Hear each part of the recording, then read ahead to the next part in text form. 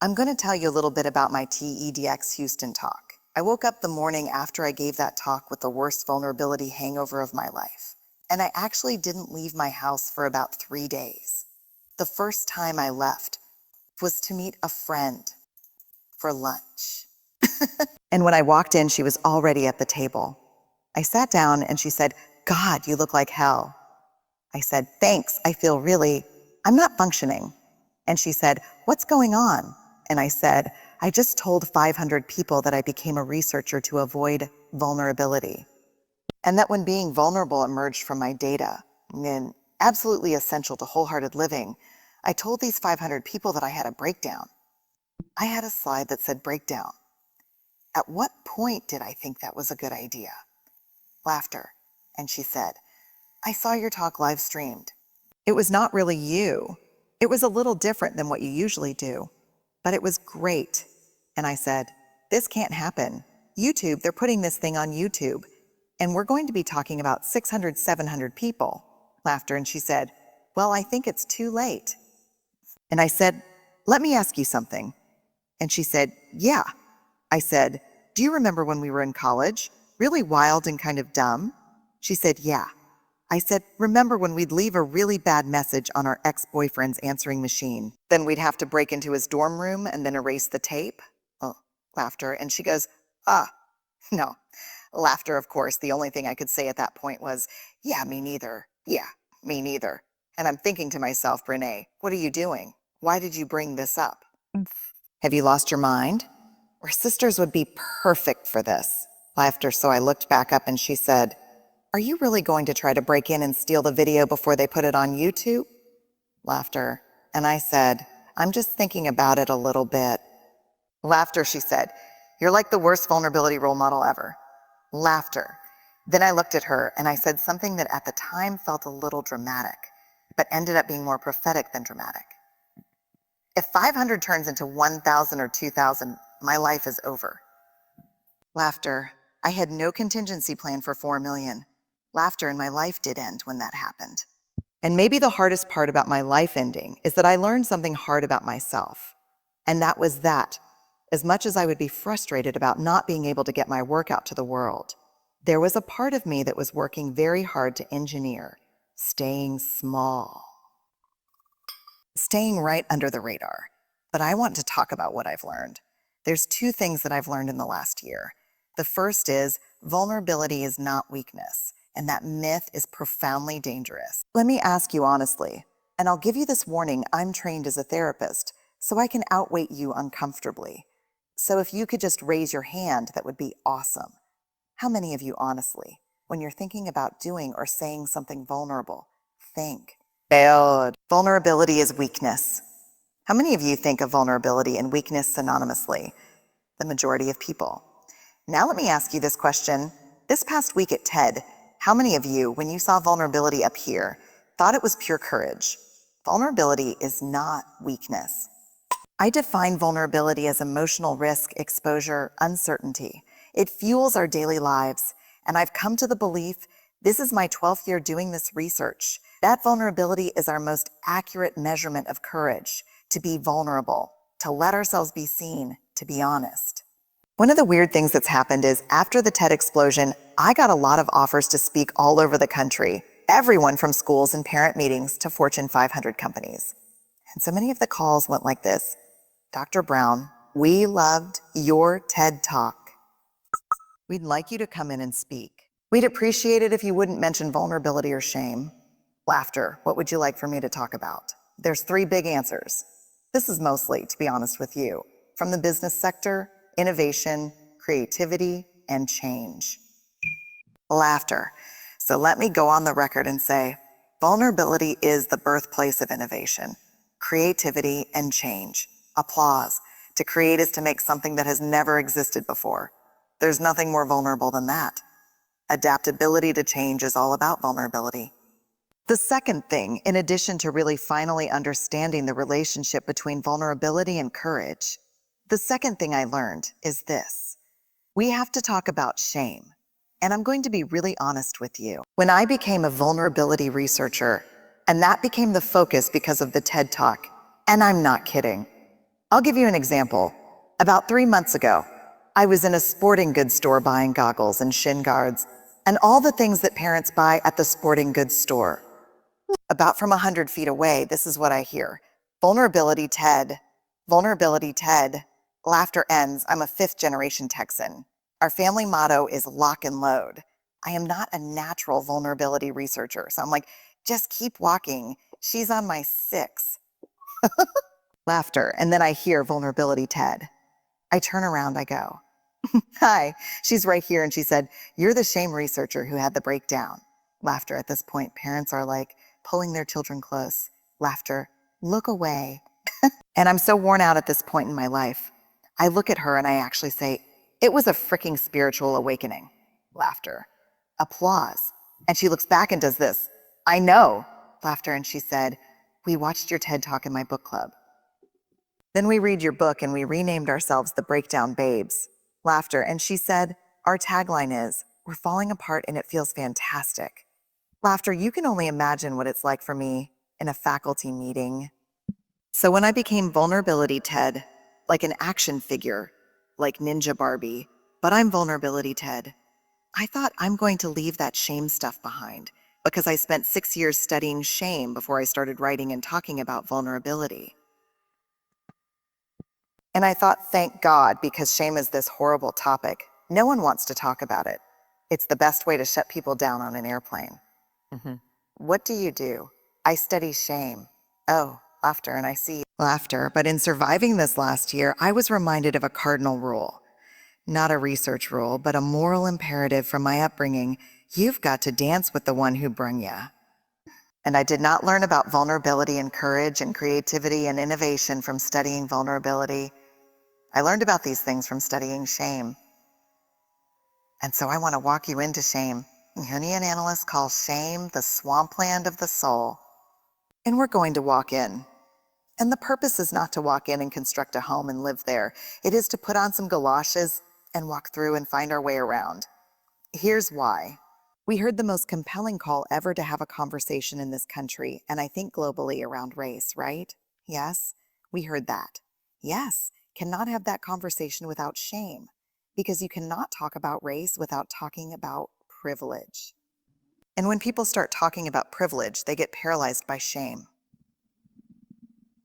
We heard a brilliant, simple solution to not killing people in surgery, which is have a checklist. You can't fix that problem without addressing shame, because when they teach those folks how to suture, they also teach them how to stitch their self-worth to being all-powerful. And all-powerful folks don't need checklists. And I had to write down the name of this TED fellow so I didn't mess it up here.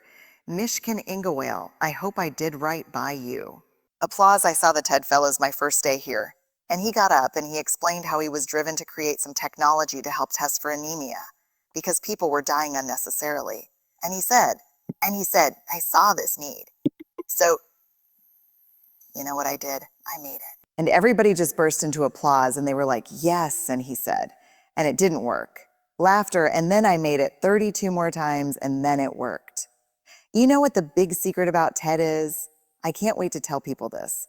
I guess I'm doing it right now. Laughter, this is like the failure conference. Laughter, no it is. Applause, you know why this place is amazing. Because very few people here are afraid to fail. And no one who gets on the stage so far that I've seen has not failed. I've failed miserably many times. I don't think the world understands that because of shame. There's a great quote that saved me this past year by Theodore Roosevelt. A lot of people refer to it as the man in the arena quote. And it goes like this. It is not the critic who counts. It is not the man who sits and points out how the doer of deeds could have done things better and how he falls and stumbles. The credit goes to the man in the arena whose face is marred with dust and blood and sweat. But when he's in the arena at best, he wins and at worst he loses.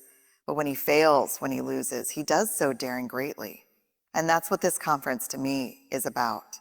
Life is about daring greatly, about being in the arena. When you walk up to that arena and you put your hand on the door and you think, I'm going in and I'm going to try this, shame is the gremlin who says, you're not good enough. You never finished that MBA. Your wife left you. I know your dad really wasn't in Luxembourg. He was in Sing Sing Sing. Worst of being. I know those things that happened to you growing up. I know you don't think that you're pretty, smart, talented, or powerful enough. I know your dad never paid attention, even when you made CFO. Shame is that thing. And if we can quiet it down and walk in and say, I'm going to do this, we look up and the critic that we see pointing and laughing 99% of the time is who? Us. Shame drives two big tapes. Never good enough. And if you can talk it out of that one, who do you think you are? The thing to understand about shame is it's not guilt. Shame is a focus on self. Guilt is a focus on behavior.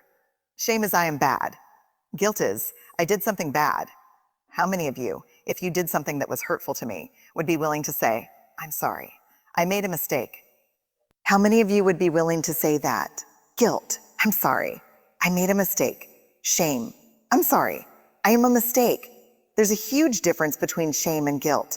And here's what you need to know. Shame is highly, highly correlated with addiction, depression, violence, aggression, bullying, suicide, eating disorders, and here's what you even need to know more. Guilt inversely correlated with those things. The ability to hold something we've done or failed to do up against who we want to be is incredibly adaptive. It's uncomfortable, but it's adaptive. The other thing you need to know about shame is it's absolutely organized by gender. Beige. If shame washes over me and washes over Chris, it's going to feel the same. Everyone sitting in here knows the warm wash of shame. You're pretty sure that the only people who don't experience shame are people who have no capacity for connection or empathy. Which means, yes, I have a little shame. No, I'm a sociopath, so I would opt for yes, you have a little shame. Shame feels the same for men and women, but it's organized by gender. For women, the best example I can give you is in Jolie, the commercial. I can put the wash on the line, pack the lunches, hand out the kisses, and be at work at 5 to 9. I can bring home the bacon, fry it up in the pan, and never let you forget you're a man. For women, shame is do it all, do it perfectly, and never let them see you sweat. I don't know how much perfume that commercial sold, but I guarantee you it moved a lot of antidepressants and anti-anxiety meds. Laughter shame for women is this web of unobtainable, conflicting, competing expectations about who we're supposed to be, and it's a straitjacket. For men, shame is not a bunch of competing, conflicting expectations. Shame is one, do not be perceived as what? Weak. I did not interview men for the first 4 years of my study. It wasn't until a man looked at me after a book signing and said, I love what say about shame. I'm curious why you didn't mention men. And I said, I don't study men. And he said, that's convenient. Laughter, and I said, why? And he said, because you say to reach out, tell our story, be vulnerable. But you see those books you just signed for my wife and my 3 daughters. I said, yeah. They'd rather me die on top of my white horse than watch me fall down. Oh. When we reach out and be vulnerable, we get the shit beat out of us. And don't tell me it's from the guys and the coaches and the dads, because the women in my life are harder on me than anyone else. So I started interviewing men and asking questions. And what I learned is this. You show me a woman who can actually sit with a man in real vulnerability and fear, I'll show you a woman who's done incredible work. You show me a man who can sit with a woman who's just had it. She can't do it all anymore. And his first response is not, I unloaded the dishwasher. Oh, laughter, but he really listens. Because that's all we need. I'll show you a guy who's done a lot of work. Shame is an epidemic in our culture.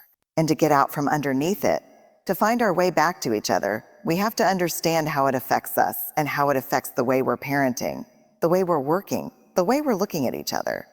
Very quickly, some research by Mahalik at Boston College. He asked, what do women need to do to conform to female norms? The top answers in this country: nice, thin, modest, and use all available resources for appearance. When he asked about men, what do men in this country need to do to conform with male norms? The answers were, always show emotional control. Work is first, pursue status and violence. If we're going to find our way back to each other, we have to understand and know empathy, because empathy is the antidote to shame. If you put shame in a petri dish, it needs 3 things to grow exponentially: secrecy, silence, and judgment. If you put the same amount in a petri dish and douse it with empathy, it can't survive. The 2 most powerful words when we're in struggle: me too. And so I'll leave you with this thought. If we're going to find our way back to each other, vulnerability is going to be that path. And I know it's seductive to stand outside the arena because I think I did it my whole life and think to myself, I'm going to go in there and kick some ass when I'm bulletproof and when I'm perfect. And that is seductive. But the truth is, that never happens. And even if you got as perfect as you could and as bulletproof as you could possibly muster when you got in there, that's not what we want to see. We want you to go in. We want to be with you and across from you. And we just want for ourselves and the people we care about and the people we work with to dare greatly. So thank you all very much. I really appreciate it. Applause.